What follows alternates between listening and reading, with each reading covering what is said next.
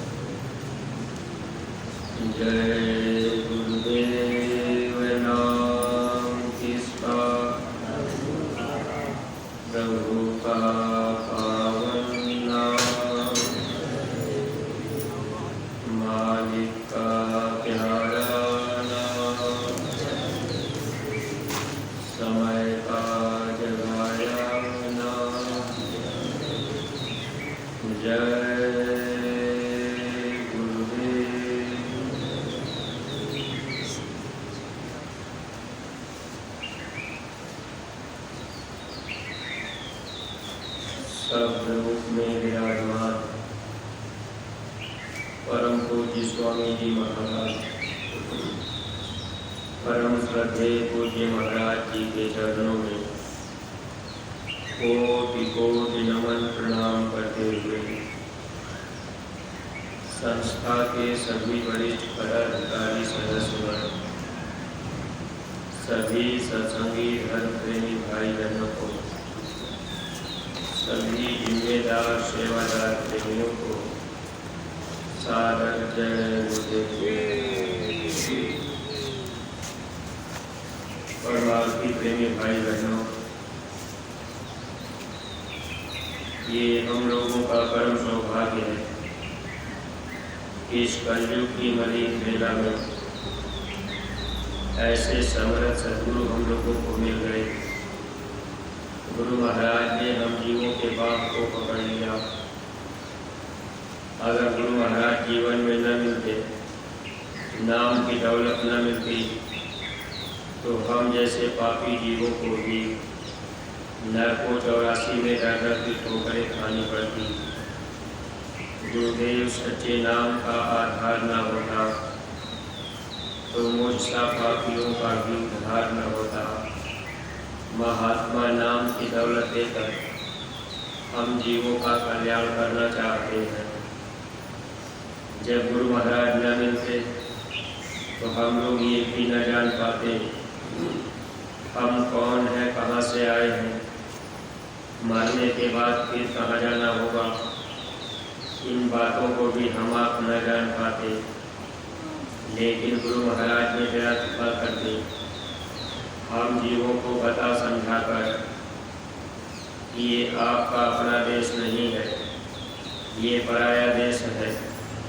आत्मा यहाँ की रहने वाली नहीं है, आत्मा सुख के देश की रहने वाली है। सुख के देश से हम आप इस मृत्युलोक में आ गए। काल भगवान ने तपस्या करके मांग लिया। अब हम लोग इसी देश में जन्म मरण की पीड़ा में दुख पाते हैं। महापुरुष हम जीवों को यहाँ से निकालने के लिए आए, लेकिन हम आप समय पर महात्माओं की बातों को जल्दी मानने के लिए तैयार नहीं होते, क्योंकि ये मन है, मन दुनियावी चीज़ों में बहकता रहता है, दुनिया की चीज़ों को तरफ मन जाता रहता है। महापुरुष हम लोगों को दुनिया से हटाकर भक्ति और परमार्थ के रास्ते पर लगाना चाहते हैं। देखिए, दुनिया का धन दौलत अगर कमाना पड़े, जानकारी हो जाए कि भाई देखो यहाँ आप 2 घंटा का समय दोगे तो हम आपको 200 रुपया देंगे। हर आदमी 1 घंटा का अगर 100 रुपया मिले तो वो कोई भी काम करने के लिए तैयार रहेगा कि भाई ठीक है, हम ये काम घंटा 2 घंटा कर लेंगे। लेकिन जो आत्मा का धन है भजन, गुरु महाराज ने 22 घंटे दुनिया के लिए कहा और 2 घंटे के लिए स्वामी जी महाराज ने कहा कि आप अपने लिए लगा देना। देखिए, मन हम लोगों का तैयार नहीं होता।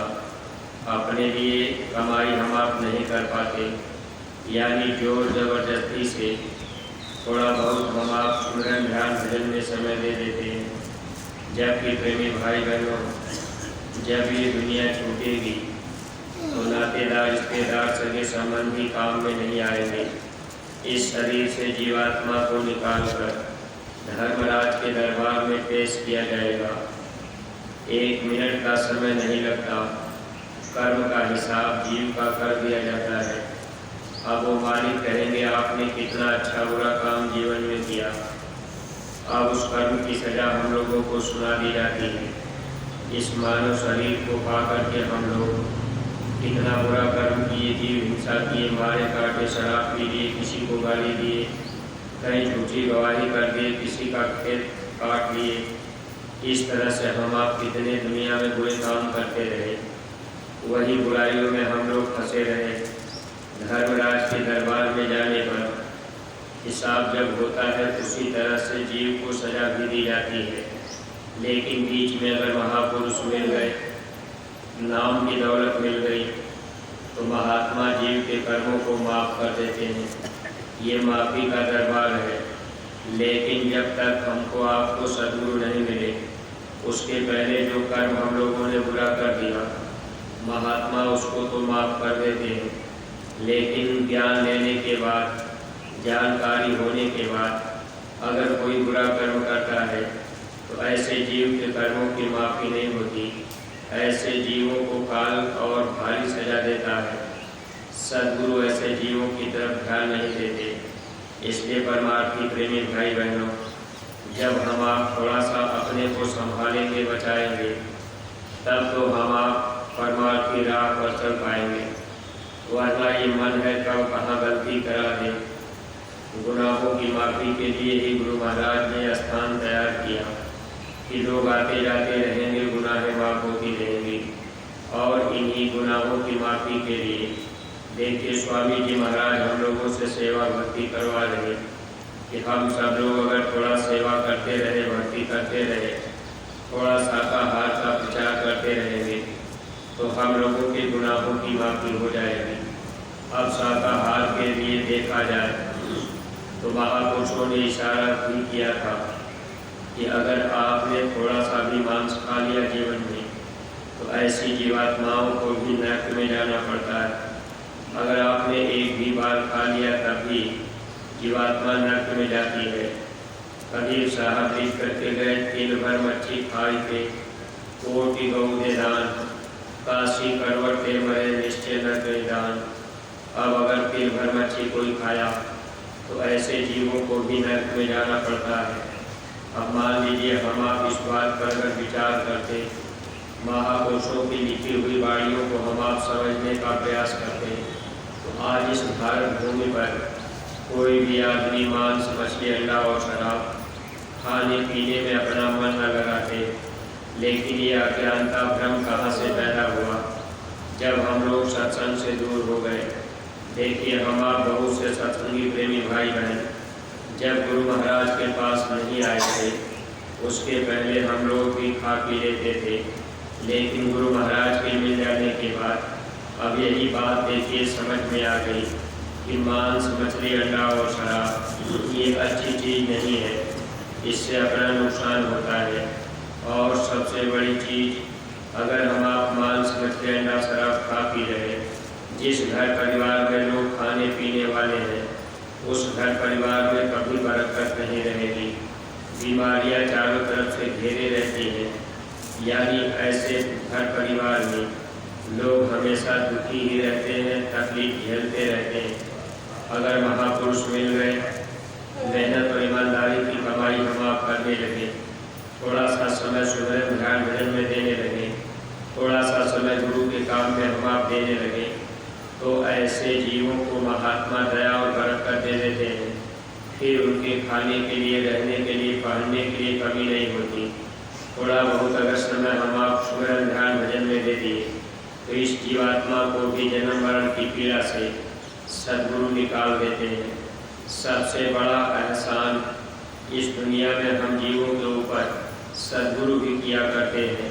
लेकिन प्रेमी भाई बहनों, सदगुरु से हम लोगों का प्रेम नहीं हो पाता। जब कभी अपने गुरु दरबार से सेवा करने की भी बात आती है तो वहाँ भी मन धोखा देता है। हम आप सेवा से भी वंचित रह जाते हैं। लेकिन अगर हम आप सत्संग में जुड़ गए, रास्ता मिल गया, तो एक बात हम लोगों को बराबर ध्यान रखना है, जो भी आदेश अपने गुरु दरबार से मिले उस आदेश का पालन करने के लिए हम जीवों के अंदर हमेशा भाव रहे। अगर भाव नहीं रहेगा तो फिर हम आप भक्ति नहीं कर पाएंगे। मान लीजिए कोई सेवा का ही आदेश हुआ, अब उसमें अगर हम लोगों का भाव नहीं है, हम आप सोचेंगे भाई हमारे पास नहीं। लेकिन आज के समय में हर आदमी के पास कुछ न कुछ खाने पीने का सामान तो है ही, कुछ न कुछ खेती बाड़ी मजदूरी हम आप करते हैं। जब कभी सेवा लग जाती है तो हम लोग ये विचार नहीं कर पाते कि चलो भाई थोड़ी बहुत ही दे दें, कोई उसमें जोर जबरदस्ती तो किया नहीं जाता। आपकी जो भी इच्छा बने 10, 20, 100, 50 हज़ार, 2000, इसमें कोई रोक टोक नहीं। लेकिन गुरु आदेश का पालन होना चाहिए। अगर गुरु आदेश का पालन हम आप नहीं कर पाए तो इसका मतलब ये है कि परमार्थ के रास्ते पर हम आप तरक्की नहीं कर सकते। इस राह पर तरक्की तभी होगी जब हम जीवों के कर्मों की सफाई होगी। सफाई करने का जो साधन है तो वो सुमिरन, ध्यान और भजन है। लेकिन इसमें मन भाग जाता है। अब थोड़ी बहुत अगर हम आप सेवा कर देते हैं तो सेवा से भी महात्मा कर्मों की सफाई करते हैं। इसीलिए जो भी महात्मा इस धरती पर आए, महात्मा बराबर हम जीवों से सेवा कराते रहे। आज बहुत से सत्संगी प्रेमी भाई बहन जब कभी जिम्मेदार हम लोगों के घर में जाकर सूचना संदेश देते हैं कि मथुरा से ये सेवा लगाई गई, तो हम आप सत्संगी प्रेमी भाई बहन बात को काट देते, टाल देते कि अभी तो नहीं है, अगर आगे देखिएगा, बाद में आइएगा तो ले लेंगे। अब ये चीज़ हम लोगों के लिए एक तरह से मन का धोखा है। अगर इस चीज़ को हम आप समझ लेते, भाव अपना जो है वो हम आप प्रकट कर देते, सेवा कर देते, तब तो लाभ मिल जाता। मान लीजिए अगर कोई प्रेमी सेवा के लिए आदेश किए कि मथुरा से सेवा लगाई गई, अब उस समय आप तकलीफ, बीमारी, परेशानी में हैं, अब आपको लग रहा कि भाई हमको तो इस समय सेवा हम दे नहीं पाएंगे, लेकिन आपने 150 रुपये भी नाम लिखवा दिया, तो इससे क्या होता है कि भाव आपका सदगुरु से कम नहीं होगा। अगर आपने उस चीज़ पर ध्यान नहीं दिया कि भाई चलो 50 रुपये, अब जहाँ आपका 1000, 2000 बीमारी में लग रहा, अब 150 रुपये हम आप सेवा में उस समय नहीं दे पाते हैं, ये मन का धोखा है। काम ऐसे ही जीवों का बनता है जो जीव अपने गुरु के ऊपर तन मन धन की कुर्बानी रखते हैं। देखिए गुरु अर्जुन देव जी के समय में एक बार गुरु अर्जुन देव जी महाराज लाहौर से, अमृतसर से लाहौर जा रहे थे। अब उस समय जब उन्होंने अमृतसर से लाहौर जाने की योजना बनाई तो जो भी उनके प्रेमी थे उनको पता लग गया। प्रेमियों ने कहा हुजूर अगर आप जा रहे हैं तो जिस रास्ते से आप जाएंगे हमारा भी गांव, हमारा भी घर उसी रास्ते में पड़ रहा है, तो हुजूर आप दया कृपा करके थोड़े समय के लिए मेरे घर में रुक जाए, फिर वहाँ भोजन प्रसाद करके तब जाए। ऐसे ही दूसरा प्रेमी वो भी अर्ज किया। फिर तीसरा भी कहा हुजूर उसी रास्ते में मेरा भी गांव पड़ता है, तो आप मेरे यहाँ भी अपना चरण रख दीजिएगा। अब ऐसे लोगों ने अर्जी लगा ली, कई लोग हो गए। उस समय सम्मन और मूसन नाम के, पिता का नाम सम्मन था, बेटे का नाम मूसन था। वो शब्द के अच्छे अभ्यासी थे, बड़े गरीब थे, मजदूरी करके अपना किसी तरह से गुजारा करते थे। सम्मन और मूसन के मन में भी भाव आ गया कि अब हम लोगों के पास तो उतना है नहीं तो हम लोग भी अपना नाम लिखा लेते। फिर भी सम्मन और मूसन आपस में पिता पुत्र ने विचार कर दिया कि चलो थोड़ा मजदूरी ज़्यादा कर देंगे और ज़्यादा मजदूरी करके फिर इधर सेवा कर देंगे, आखिर नाम लिखा दिया जाता है। तो सम्मन और मूसन भी नाम लिखा दिए कि गुरु महाराज हमारे यहाँ भी आपका भोजन प्रसाद हो जाए। अब इस तरह से कई लोगों की लिस्ट बन गई। जब गुरु अर्जुन देव जी महाराज वहाँ से चले तो पहले प्रेमी का घर पड़ा तो लांगरी भोजन बनाने वाले पहले ही पहुंच जाते थे। कितना कितना सामान चाहिए वो शाम को ही बता देते थे, कितना सामान, इतना ही बर्तन, ये सब कुछ चाहिए।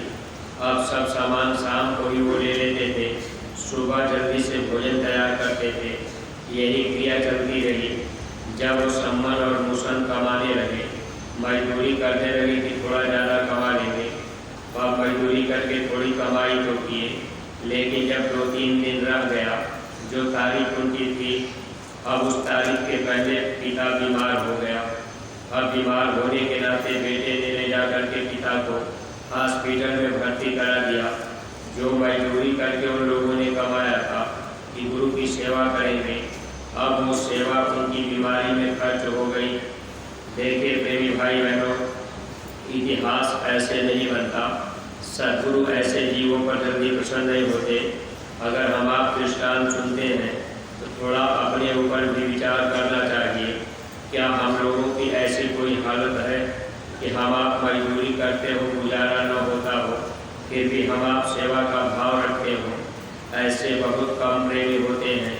अब सम्मन और मूसन, अब जब बाप बीमार हो गया, पैसे सब खर्च हो गए।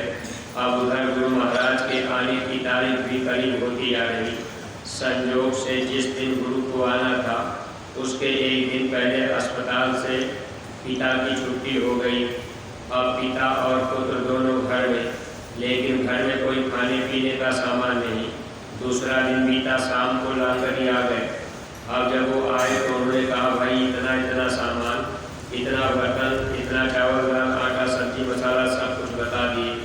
लिस्ट बन करके तैयार हो गई। अब पिता पुत्र विचार कर रहे कि अब हम क्या करें, गुरु की सेवा भी करनी जरूरी है। देखिए उस समय पिता पुत्र आपस में राय कर लिए। लांगरियों से कह दिए कि इस समय तो हम आपको सामान नहीं दे पाएंगे, सुबह जल्दी भोर में ही आपको दे देंगे, आप फिर भोजन बना लीजिएगा। अब पिता और पुत्र विचार किए कि क्या किया जाए। तो बाप बेटे ने आपस में राय बनाया। वही देखिए उनके मोहल्ले में ही एक साहूकार रहता था। अब पुत्र ने कहा कि पिताजी, यहाँ साहूकार के घर में सेठ लगा करके चोरी कर लिया जाए, सामान निकाल लेते हैं, उसके बाद इधर अपना भंडारा हो जाएगा, भोजन प्रसाद हो जाएगा। फिर हम मजदूरी करके कमा करके जितना सामान उसके घर से चोरी से निकालेंगे, उसका हम भर देंगे। यानी देखिए बेटे का भाव ऐसा था कि पिताजी हम चोरी करके गुरु की सेवा कर देंगे, फिर हम कमा करके उनका दे देंगे। अब बाप बेटे दोनों विचार बना लिए। अब रात जब हुई तो बाप बेटे उस साहूकार के मकान में सेठ लगाए। अब दीवार तोड़ करके पीछे से अंदर दुकान के हो गए। जो भी सामान की जरूरत थी सामान निकाल लिए, सामान लेकर के बाहर आए। जब वो अपने घर आ गए तो फिर लोगों ने लिस्ट से मिलान किया तो उसमें थोड़ा मोड़ा सामान छूट गया, हल्दी मिर्च मसाला छूट गया। अब फिर सम्मन और मूसन विचार कर रहे कि क्या किया जाए, इसी समय ले लिया जाए। फिर दोनों बाप बेटे विचार किए कि सुबह सुबह दुकान खुलेगी तो जल्दी उधार मिलेगा नहीं, पैसे पास में है नहीं, क्यों न इसी समय चल करके फिर ले लिया जाए। अब फिर दोनों बाप बेटे पहुँचे तो बेटा मूसन अंदर चला गया। अब अंदर से तेल मसाला मिर्च जो सामान बाकी रह गया था उस सामान को उसने बाहर तो कर दिया। जब मूसन अंदर से बाहर निकलने लगा, आधा शरीर बाहर हो चुका था और पैर अभी दुकान के अंदर ही था, तब तक दुकानदार साहूकार की नींद खुल गई। साहूकार देखा कि अब ये तो चोर चोरी करके सामान लेके जा रहे, अब पैर केवल उसका अंदर था। पीछे से अंदर से साहूकार ने बेटे के पैर को पकड़ के अंदर खींचने लगा। अब इधर आगे सामान लेकर के बाप खड़ा था। अब बाप गर्दन पकड़ लिया, गर्दन पकड़ करके आगे खींच रहा। अब साहूकार अंदर खींच रहा, बाप बाहर खींच रहा। उस समय मूसन ने कहा कि पिताजी, अगर ये साहूकार हमको अंदर खींच लेगा तो मेरी पहचान हो जाएगी, इसमें गुरु की बदनामी होगी, इसलिए आप ऐसा कीजिए कि सामान तो मैंने सब निकाल दिया है, आप मेरी गर्दन को काट दीजिए, जब गर्दन नहीं रहेगी तो फिर पहचान नहीं हो पाएगी।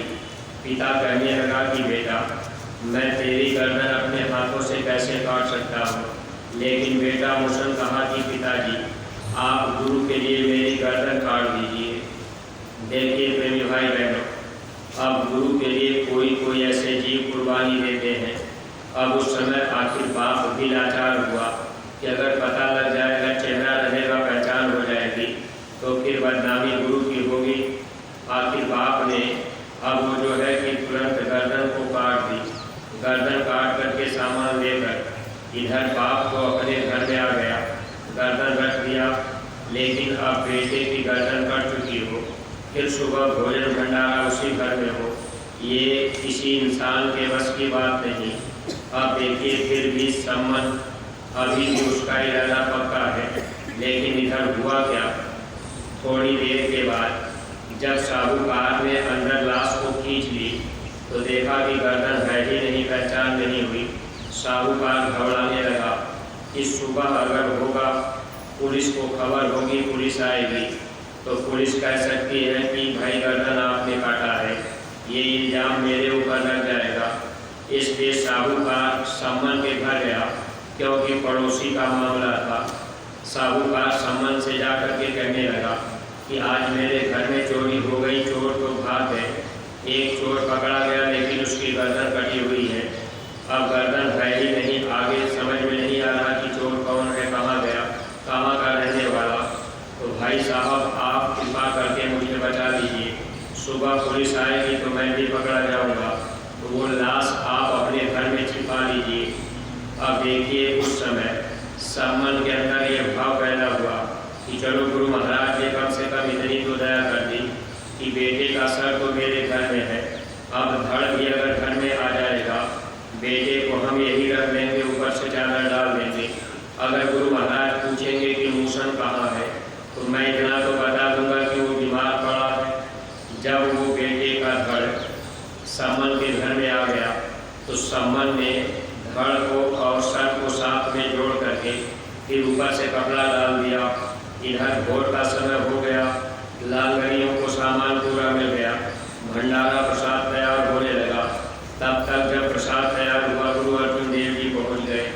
जब पहुँचे, स्वागत सम्मान सब कुछ हुआ। फिर जब भोजन करने के लिए बैठे तब गुरु अर्जुन देव जी कहने लगे, अरे सम्मन मूसन को बुलाओ, वो अभी तक दिखाई नहीं दिया, वो कहाँ है। तब उस समय पिता ने कहा कि हुजूर वो बीमार पड़ा है, आ नहीं सकता, आप भोजन कर लें। देखिए प्रेमी भाई बहनों, घर में बेटे की लाश पड़ी है और गुरु की सेवा में सम्मन अब भोजन भी तैयार, कह रहा कि नहीं हुजूर आप भोजन कर दीजिए, बेटा बीमार पड़ा है। लेकिन उस समय फिर गुरु अर्जुन देव जी बोले कि अगर बीमार पड़ा है तो उससे क्या, उसको बुलाओ तो सही। अब सम्मन ने कहा हुजूर वो मेरे कहने से नहीं आ सकता, वो आ नहीं पाएगा, आप भोजन प्रसाद कर लीजिए। फिर भी गुरु अर्जुन देव जी ने कहा कि मैं कह रहा हूँ तुम बुलाओ। लेकिन सम्मन ने कहा हुजूर मेरे कहने से नहीं आएगा, अगर आप बार बार कह रहे हैं तो आप खुद ही बुला लें।